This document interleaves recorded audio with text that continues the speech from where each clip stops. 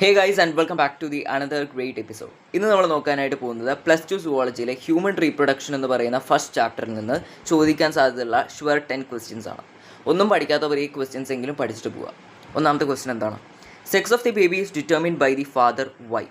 ഫാദറാണ് ഒരു ബേബിയുടെ sex determine ചെയ്യുന്നത്. എന്തുകൊണ്ടാണെന്നാണ് ചോദിച്ചിട്ടുള്ളത്. നമുക്കറിയാം ഫീമെയിലിൽ XX ക്രോമസോം ആയിരിക്കും. അതുകൊണ്ട് തന്നെ അതിലുള്ള ഓവം എപ്പോഴും X ക്രോമസോം മാത്രമായിരിക്കും ക്യാരി ചെയ്യുക. പക്ഷേ മെയിലിൽ XY ക്രോമസോം ആയതുകൊണ്ട് തന്നെ അതിലുള്ള സ്പേം എന്തായിരിക്കും? XY ക്രോമസോമിനെ ക്യാരി ചെയ്യും. എന്ന് പറഞ്ഞാൽ X ക്രോമസോമും ക്യാരി ചെയ്യും, Y ക്രോമസോമും ക്യാരി ചെയ്യും. അപ്പോൾ നമുക്ക് മനസ്സിലാവും ഓവത്തിലുള്ള X ക്രോമസോമും സ്പേമിലുള്ള X ക്രോമസോമും കൂടിയിട്ട് ഫെർട്ടിലൈസ് ചെയ്ത് കഴിഞ്ഞാൽ XX ക്രോമസോമാണ് ഫോം ചെയ്യുക. അതെന്തായിരിക്കും? യെസ്, ആ ഒരു കുട്ടി എന്ന് പറയുന്നത് ഫീമെയിൽ ആയിരിക്കും. ക്ലിയർ അല്ലേ? യെസ്. നെക്സ്റ്റ് വൺ, ഫീമെയിലുള്ള X ക്രോമസോം അഥവാ ഓവത്തിലുള്ള X ക്രോമസോമും സ്പേമിലുള്ള Y ക്രോമസോമും കൂടി ചേർന്ന് കഴിഞ്ഞാൽ XY ക്രോമസോം ഫോം ചെയ്യും, which gives the gender of the baby male. ബേബിയുടെ ജെൻഡർ എന്തായിരിക്കും? മെയിൽ ആയിരിക്കും. അങ്ങനെയാണ് നമ്മൾ സെക്സ് ഡിറ്റർമിൻ ചെയ്യുന്നത്. അപ്പോൾ നമുക്ക് മനസ്സിലാകും ഇവിടെ ജെൻഡർ വേരിയേഷൻ കൊണ്ടുവരുന്നത് മെയിൽസിലുള്ള സ്പേംസിൽ വരുന്ന XY ക്രോമസോംസ് ആണ്. അപ്പോൾ നമുക്ക് പറയാം ഫാദർ ആയിരിക്കും ഒരു ബേബിയുടെ സെക്സ് ഡിറ്റർമിൻ ചെയ്യുന്നുണ്ടായിരിക്കുക. Next one, name the phases of menstrual cycle. Menstrual സൈക്കിളിൻ്റെ ഫേസസ് ഏതൊക്കെയാണെന്നാണ് ചോദിച്ചിട്ടുള്ളത്. ഫസ്റ്റ് ഫേസ് എന്താണ്? Menstrual phase. Second phase follicular phase. Ovulatory phase ആണ് തേർഡ് ഫേസ്. ലാസ്റ്റ് ഫേസ് എന്താണ്? ലൂട്ടിയൽ ഫേസ് ആണ്. ഇനി ചിലപ്പോൾ മെൻസ്ട്രൽ ഫേസ് എക്സ്പ്ലെയിൻ ചെയ്യാൻ ചോദിക്കും. അപ്പോൾ അതുകൂടി ഒന്ന് പഠിച്ചിട്ട് പോകാം. ഇനി നെക്സ്റ്റ് വൺ, ഏറ്റവും ഇമ്പോർട്ടൻ്റ് ആയിട്ട് ചോദിക്കാൻ സാധ്യതയുള്ള ഒരു ചോദ്യമാണ് സ്പെർമറ്റോജെനസിസും ഊജെനസിസും തമ്മിലുള്ള ഡിഫറൻസ്. ഓക്കെ, എന്താണ് ഈ സ്പെർമറ്റോജെനസിസ്? നമുക്കറിയാം സ്പെർമറ്റോജെനസിസ് എന്ന് പറയുന്നത് മെയിൽ നടക്കുന്ന ഒരു പ്രോസസ്സാണ്. അതുകൊണ്ട് തന്നെ നമുക്ക് പറയാം it occurs in the male reproductive part testis. Male reproductive പാർട്ടായിട്ടുള്ള ടെസ്റ്റിസിലാണ് അത് നടക്കുക. എന്നാൽ ഊജെനസിസ് എന്ന് പറയുന്നത് ഫീമെയിലിൽ നടക്കുന്ന ഒരു പ്രോസസ്സാണ്. നമുക്കറിയാം ഫീമെയിൽ റീപ്രൊഡക്റ്റീവ് പാർട്ട് ഏതാണ്? ഓവറിയാണ്. അപ്പോൾ it occurs at ovary. Next one, spermatogenesis എന്ന് പറയുന്നത് പ്യൂബർട്ടിയിൽ തുടങ്ങുന്ന ഒരു പ്രോസസ്സാണ്. എന്നാൽ ഊജെനസിസ് എന്ന് പറയുന്നത് അവരുടെ എംബ്രിയോണിക് സ്റ്റേജ് തൊട്ടിട്ട് തുടങ്ങുന്ന പ്രോസസ്സാണ്. അവർ എംബ്രിയോ ആയിരിക്കുന്ന സമയം തൊട്ടിട്ടേ ഫീമെയിൽസിൽ സ്റ്റാർട്ട് ചെയ്യുന്ന ഒരു പ്രോസസ്സാണ് ഊജെനസിസ്. സ്പെർമറ്റോജെനസിസിൽ 4 സ്പേംസ് ആണ് പ്രൊഡ്യൂസ് ചെയ്യുന്നത്. എന്നാൽ ഊജെനസിസിൽ ഒരു ഓവം പ്രൊഡ്യൂസ് ചെയ്യും. അതിനോട് കൂടി തന്നെ 3 പോളാർ ബോഡീസ് കൂടി പ്രൊഡ്യൂസ് ചെയ്യുന്നുണ്ട്. സ്പെർമറ്റോജെനസിസ് എന്ന് പറയുന്ന ഒരു കണ്ടിന്യൂസ് പ്രോസസ്സാണ്. നമ്മുടെ ലൈഫ് ലോങ്ങിൽ കാണപ്പെടുന്ന ഒരു പ്രോസസ്സാണ്. എന്നാൽ ഊജെനസിസ് എന്തായിരിക്കും? ഒരു സൈക്ലിക് പ്രോസസ്സ് ആയിരിക്കും. ക്ലിയർ ആണോ? Next question, where is the fertilization and implantation occurs? ഫെർട്ടിലൈസേഷനും ഇംപ്ലാന്റേഷനും നടക്കുന്ന സൈറ്റ്സ് ഏതാണെന്നാണ് ചോദിച്ചിട്ടുള്ളത്. ഏറ്റവും ഇമ്പോർട്ടൻ്റ് ആയിട്ട് ചോദിക്കാറുള്ള 1 വേർഡ് ക്വസ്റ്റ്യൻ ആണിത്. ഫെർട്ടിലൈസേഷൻ നമുക്കറിയാം ആംബുലറി റീജിയനിലാണ്. കുറേ വട്ടം ചോദിച്ചിട്ടുള്ള ചോദ്യമാണ്. അപ്പോൾ ഫെർട്ടിലൈസേഷൻ നടക്കുന്നത് ആംബുലറി റീജിയനാണ്. ആംബുലറി റീജിയൻ എന്ന് പറഞ്ഞു കഴിഞ്ഞാൽ നമുക്കറിയാം ഫെല്ലോപ്പിയൻ ട്യൂബിലുള്ള ഒരു പാർട്ടാണ് ആംപുല. അവിടെയുള്ള ഇസ്മിക് ജംഗ്ഷനിൽ കാണപ്പെടുന്നതാണ് ഏതെന്ന് പറയുന്നത് ampullary region. Next one, implantation എവിടെ നടക്കുന്നു? ഇംപ്ലാന്റേഷൻ എവിടെ നടക്കുക? Endometrium of uterus. യൂട്രസിന് 3 ലെയേഴ്സ് ഉണ്ട്. അതിലൊരു ലെയറാണ് എൻഡോമെട്രിയം എന്ന് പറയുന്നത്. ആ ലെയറിലാണ് ഇംപ്ലാന്റേഷൻ നടക്കുക. ക്ലിയർ അല്ലേ? Next one, what is corpus luteum? Corpus luteum എന്താണ്? And write the hormone and function. Hormone ഏതാണ് അത് പ്രൊഡ്യൂസ് ചെയ്യുന്നത്? ആൻഡ് അതുപോലെ തന്നെ കോർപ്പസ് ലൂട്ടിയത്തിൻ്റെ ഫങ്ഷൻസ് എന്തൊക്കെയാണ് നോക്കാം. It is a yellow coloured body. Corpus luteum എന്ന് പറയുന്നത് ഒരു യെല്ലോ കളേർഡ് ആയിട്ടുള്ള സ്ട്രക്ചറാണ്. Which is formed by the rupturing of graafian follicle. Graafian ഫോളിക്യൂളിൻ്റെ റപ്ചറിങ് കാരണമാണ് അത് ഫോം ചെയ്യുന്നത്. ഇനി എന്താണ് റപ്ചറിങ്? റപ്ചറിങ് എന്ന് പറഞ്ഞു കഴിഞ്ഞാൽ ഇത്രയേ ഉള്ളൂ. റപ്ചറിങ് എന്ന് പറഞ്ഞു കഴിഞ്ഞാൽ ഇറ്റ്സ് ലൈക്ക് ബേഴ്സ്റ്റിംഗ് പൊട്ടിത്തെറിക്കുക എന്ന് പറയില്ല, അതെൻ്റെ. അപ്പോൾ ബേഴ്സ്റ്റിംഗ് എന്ന് പറയുന്നതിൻ്റെ മറ്റൊരു പേരാണ് റപ്ചറിങ് എന്ന് പറയുന്നത്. ക്ലിയർ അല്ലേ? അപ്പോൾ അതൊന്നും കിട്ടിയില്ലെങ്കിൽ ബേഴ്സ്റ്റിംഗ് എന്നെങ്കിലും എഴുതി വയ്ക്കുക. ക്ലിയർ അല്ലേ? Next one, it ruptures after ovulation. ഈ പ്രോസസ്സ് നടക്കുന്നുണ്ടായിരിക്കും. അഥവാ ഈ ഒരു ഗ്രാഫിയൻ ഫോളിക്യൂൾ പൊട്ടിയിട്ട് കോർപ്പസ് ലൂട്ടിയം ഫോം ചെയ്യുക ആഫ്റ്റർ ഒവ്യൂലേഷൻ ആണ്. ഒവ്യൂലേഷന് ശേഷമാണ് അത് നടക്കുക. It സിക്രീറ്റ്സ് progesterone. പ്രൊജസ്റ്ററോൺ എന്ന് പറയുന്ന ഹോർമോണാണത് പ്രൊഡ്യൂസ് ചെയ്യുന്നത്. ക്ലിയർ? ഇനി കോർപ്പസ് ലൂട്ടിയത്തിൻ്റെ ഫങ്ഷൻ എന്താണ്? Prepare endometrium for pregnancy and implantation. പ്രഗ്നൻസിക്കും ഇംപ്ലാന്റേഷനും വേണ്ടിയിട്ട് എൻഡോമെട്രിയം ലെയറിനെ, ഓവറിയുടെ എൻഡോമെട്രിയം ലെയറിനെ എന്താണ് ഒന്ന് സെറ്റ് ചെയ്യുന്ന ആളായിരിക്കും ആര്? യെസ്, കോർപ്പസ് ലൂട്ടിയം എന്ന് പറയുന്നത്. ഓക്കെ, അല്ലെങ്കിൽ പിന്നെ പ്രൊജസ്റ്ററോൺ എന്നും വേണമെങ്കിൽ പറയാം. അതിൻ്റെ ഫംഗ്ഷനും കൂടിയാണ് ഇത്. ക്ലിയർ അല്ലേ? നെക്സ്റ്റ് വൺ പ്ലാസൻ്റ എന്ന് തന്നിട്ടുണ്ട്. ഫസ്റ്റ് വൺ എന്താ? Write the hormones. അതിൻ്റെ ഹോർമോൺസ് എഴുതാനാണ് പറഞ്ഞിട്ടുള്ളത്. സെക്കൻഡ് ക്വസ്റ്റ്യൻ അതിൻ്റെ ഫംഗ്ഷനും. പ്ലാസൻ്റ ക്രിയേറ്റ് ചെയ്യുന്ന ഹോർമോൺസ് HCG വരുന്നുണ്ട്, HPL വരുന്നുണ്ട്, എസ്ട്രോജൻ വരുന്നുണ്ട്, പ്രൊജസ്ട്രോൺ വരുന്നുണ്ട്. ഇതിൽ എസ്ട്രോജനും പ്രൊജസ്ട്രോണും നമുക്ക് സുപരിചിതമായിട്ടുള്ള ടേംസ് ആണ്.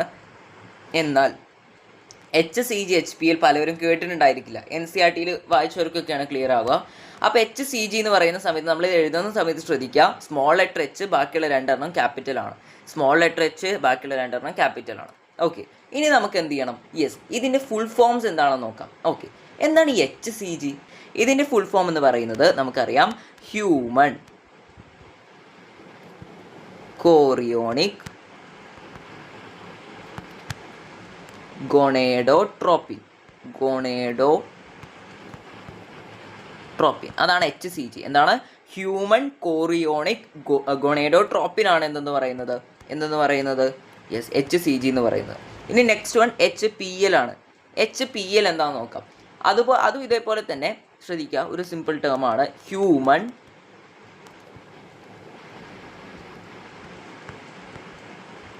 Placental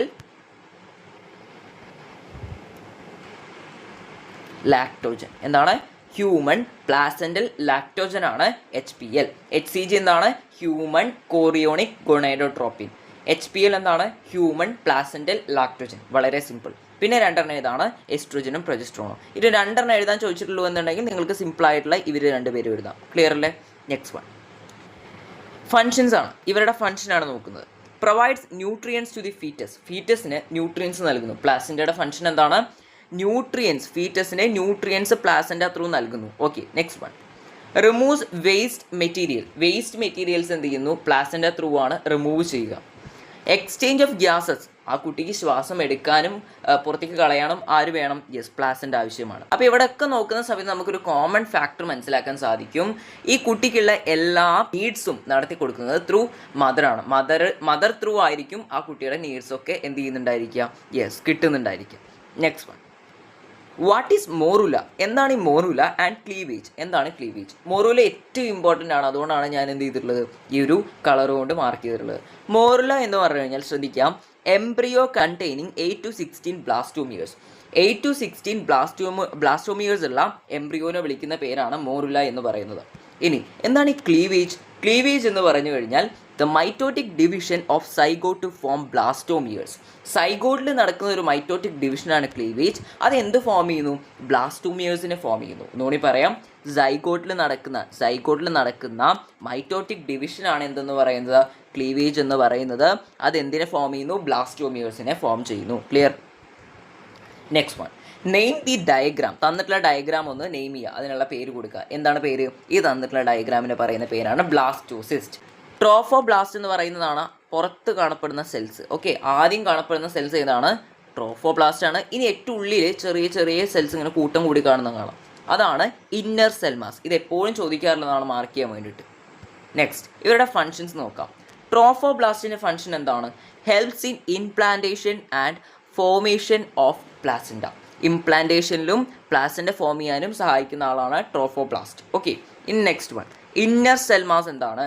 forms embryo. Embryo form ചെയ്യുന്ന ആളാണ് ഇന്നർ സെൽ മാസ് എന്ന് പറയുന്നത്. ഇന്നർ സെൽ മാസ് എന്ത് ചെയ്യുന്നു? Forms embryo. കുറച്ച് കഴിഞ്ഞാൽ അതെന്താവും? എംബ്രിയോ ഫോം ചെയ്യാനായിട്ട് തുടങ്ങും. ക്ലിയർ അല്ലേ? Next one name the structure. അടുത്തൊരു സ്ട്രക്ചറാണ് ഇത്, നമുക്ക് എല്ലാവർക്കും സുപരിചിതമായിട്ടുള്ള സ്ട്രക്ചറാണ്. സ്പേമിൻ്റെ സ്ട്രക്ചറാണ്. നോക്കുക, ആദ്യം കാണുന്ന പാർട്ട് ഏതാണ്? പ്ലാസ്മ മെംബ്രെയിൻ ആണ് ആദ്യം കാണുന്നത്. എന്താണ്? Plasma membrane.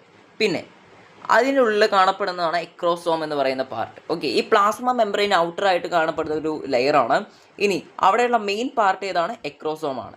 നെക്സ്റ്റ് വൺ ഇവിടെയുള്ള ഈ ഒരു ഭാഗമാണ് നെക്ക് എന്ന് പറയുന്നത്. ആ നെക്കിൽ തന്നെ അത് കഴിഞ്ഞ ഒരു മിഡിൽ പീസ് വരുന്നുണ്ട്. ഈ നെക്കിൻ്റെ മിഡിൽ പീസിൻ്റെ ഉള്ളിലായിട്ട് എന്ത് കാണപ്പെടുന്നു?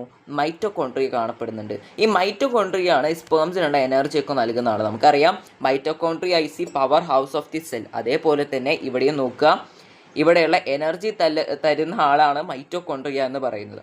ലാസ്റ്റ് പാർട്ട് ഏതാണ്? ടെയിലാണ്. അത് നമുക്ക് കണ്ടാൽ തന്നെ മനസ്സിലാകും.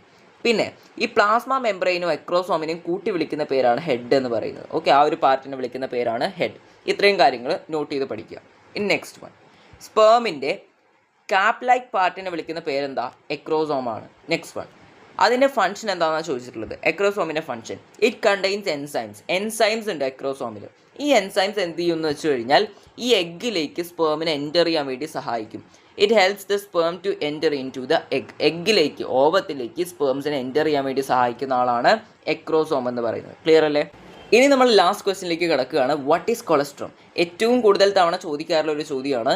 കൊളസ്ട്രോം എന്താണ്, അതിൻ്റെ ഇമ്പോർട്ടൻസ് എന്താണ്? ശ്രദ്ധിക്കുക. കൊളസ്ട്രോം എന്ന് പറയുന്നത് ഒരു യെല്ലോ കളേർഡ് ആയിട്ടുള്ള മിൽക്കാണ്. അതിൻ്റെ ഒരു ടെക്സ്ചർ എന്ന് പറയുന്നത് തിക്ക് ആൻഡ് ക്രീമി ടെക്സ്ചറാണ്. ആൻഡ് അതേപോലെ തന്നെ കുട്ടി ഉണ്ടായതിനു ശേഷം ഉണ്ടാകുന്ന ഫസ്റ്റ് മിൽക്ക് ആയിരിക്കും ഇത്. It is the first milk produced after the child birth. Okay, ഇനി അതിൻ്റെ ഫീച്ചേഴ്സ് ആണ് നോക്കുന്നത്, ഇമ്പോർട്ടൻസ് ആണ് നോക്കുന്നത്. It is rich in antibodies നല്ല രീതിയിൽ കാണപ്പെടുന്നുണ്ട്. ഇനി എന്താണ് ആൻറ്റിബോഡീസ്? ഈ ഒരു പ്രോട്ടീൻസ് തന്നെയാണ്, ഒരു സ്പെഷ്യലൈസ്ഡ് പ്രോട്ടീൻസ് ആണ് ആൻറ്റിബോഡീസ്. പക്ഷെ നല്ല പ്രൊട്ടക്ഷൻ ആയിരിക്കും കുട്ടിക്ക് നൽകുന്നുണ്ടായിരിക്കുക. ഇനി ചൈൽഡിന്, ആ ഒരു കുട്ടിക്ക് എന്ത് കിട്ടും? ത്രൂ കൊളസ്ട്രോം ത്രൂ എന്ത് ചെയ്യും? ഇമ്മ്യൂണിറ്റി കിട്ടും എന്നുള്ള ഒരു പോയിന്റ് കൂടി പഠിച്ചു വെക്കുക. അതാണ് അതിൻ്റെ ഇമ്പോർട്ടൻസ് എന്ന് പറയുന്നത്. Okay, child will get the immunity through colostrum through immunity നൽകും ഇൻ ദ ഫോം ഓഫ് ആൻറ്റിബോഡീസിൻ്റെ ഫോമിൽ. അപ്പോൾ ഇത്രയും കാര്യങ്ങളാണ് ഇന്ന് നമ്മൾ ഡിസ്കസ് ചെയ്തിട്ടുള്ളത്. അപ്പോൾ ഈ ഒരു ക്വസ്റ്റ്യൻസ് എന്തായാലും പഠിച്ചിട്ട് പോവാം. അപ്പോൾ നെക്സ്റ്റ് വീഡിയോയ്ക്കായിട്ട് ജസ്റ്റ് ഒന്ന് വെയിറ്റ് ചെയ്യുക. അപ്പോൾ നെക്സ്റ്റ് വീഡിയോയിൽ കാണാം. Thank you.